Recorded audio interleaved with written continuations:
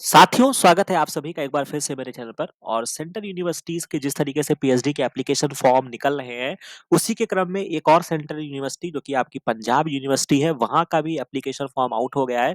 तो अगर अब आप सेंट्रल यूनिवर्सिटी ऑफ पंजाब की वेबसाइट पे विजिट करेंगे, तो यहाँ पे पीएचडी एडमिशन 2023-24 और क्लियरली मेंशन किया गया है कि आपका जनवरी 2024 के लिए जो है वो आपका नोटिफिकेशन आउट हो गया है।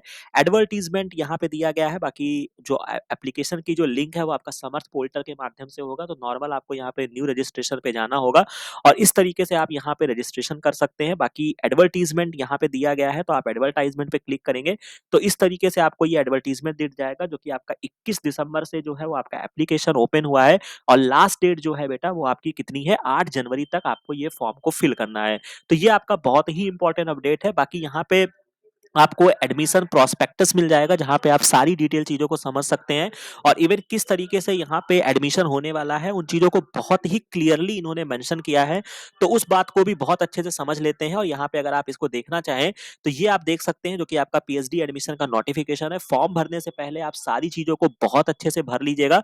बाकी जो मुख्य बिंदु है, मैं उन सब चीज़ों पे आपको बता देता हूँ। क्या एलिजिबिलिटी है, वो हर डिपार्टमेंट के लिए यहाँ पे मेंशन किया गया है। तो फॉर्म भरते समय अपनी एरिया ऑफ स्पेशलाइजेशन और कितनी नंबर ऑफ सीट्स हैं वो भी यहाँ पे आपको मेंशन किया गया है। जैसे फॉर एग्जांपल अगर मैं केमिस्ट्री का एग्जांपल लेता हूँ, तो यहाँ पे 10 सीटें अवेलेबल हैं और सारी चीजें जो है वो बहुत ही अच्छे तरीके से बताई गई है। जैसे फॉर एग्जांपल जूलॉजी में अगर देखा जाए तो आपकी क्या बैकग्राउंड होना चाहिए, क्या स्पेशलाइजेशन है अगर आपका, और नंबर ऑफ सीट्स भी जो है वो आपको ओवरऑल मेंशन किया गया है। तो यहाँ तक कहानी आपको समझ में आ जाएगी। इसके बाद अगर मैं आगे आता हूँ, जो बहुत ही इंपॉर्टेंट चीज है, तो उसके लिए सुनते रहिएगा। अब 2 तरीके के बच्चे होंगे, या तो उनके पास अपना नेट जेआरएफ खुद का होगा, तो वो बच्चे अप्लाई करेंगे। और इसके अलावा या तो फिर आपके पास कोई भी, अगर आप नॉर्मली अगर आप आपके पास अपनी फंडिंग एजेंसी है, तो आप वहाँ से अपनी फेलोशिप को अवेल करेंगे, जो साफ-साफ यहाँ पे मेंशन किया गया है। अगर आप सीएसआईआर, डीबीटी, आईसीआर, गेट वगैरह से होते हैं। और इसके अलावा जो आपके डीएसटी इंस्पायर वाले बच्चे होते हैं, तो उनके लिए तो ऑब्वियस सी बात है कि आपको अपनी फंडिंग एजेंसी से जब तक आप अपना सिक्योर क्वालिफिकेशन आपको नहीं मिल जाता है सर्टिफिकेट, उसके बाद ही आप करेंगे। इसके अलावा अगर आप केवल सीएसआईआर नेट या डीबीटी नेट या आईसीआर नेट या गेट जीपैट है, तो अगर आप नॉन नेट फेलोशिप में आते हैं, तो भी यहाँ पे 8,000 रुपए आपको पर मंथ दिया जाएगा। तो यानी कि स्टाइपेंड भी यहाँ पे इन्होंने मेंशन कर दिया है। तो ये बहुत ही इंपॉर्टेंट चीज है, जो यहाँ पे आपको साफ साफ यहाँ पे मेंशन किया गया है। इसके बाद अगर मैं बात करता हूँ, इसके अलावा जो कि डीएसटी इंस्पायर के लिए मैंने पहले ही बता दिया है कि उनके पास अवार्ड लेटर, चूंकि लेवल सेकंड के बाद ही उनका फेलोशिप एक्टिवेट होता है, तो उसके लिए क्लियरली मेंशन कर दिया गया है कि भैया आपके लिए थोड़ी दिक्कत हो सकती है, तो वो आप एफिडेविट और दुनिया भर की चीजें देख लीजिएगा। राइट। इसके बाद अगर मैं और बात करता हूं, तो यहाँ पे किस तरीके से इवेल्युएशन करेंगे, तो अगर आप किसी भी जेआरएफ को अगर आप क्वालिफाई रखते हैं, तो आपका फिक्स्ड मार्क जो होगा, जेआरएफ में आते हैं तो आपको 70 नंबर मिल जाएगा, यूजीसी, सीएसआईआर, आईसीएमआर, डीबीटी। और इंटरव्यू आपके लिए 30 नंबर का कंडक्ट कराया जाएगा। इसके अलावा अगर आपके पास यूजीसी, सीएसआईआर, अगर आप विदाउट जेआरएफ है, केवल अगर आपके पास नेट है, तो आपको वेटेज जो मिलेगा वो आपको केवल 50 मार्क्स का वेटेज मिलेगा। इसके बाद आपको मास्टर प्रोग्राम में आपके कितने परसेंट मार्क्स थे, उसके आपको 20 मार्क्स मिलेंगे। और आपका इंटरव्यू 30 नंबर का कंडक्ट होगा।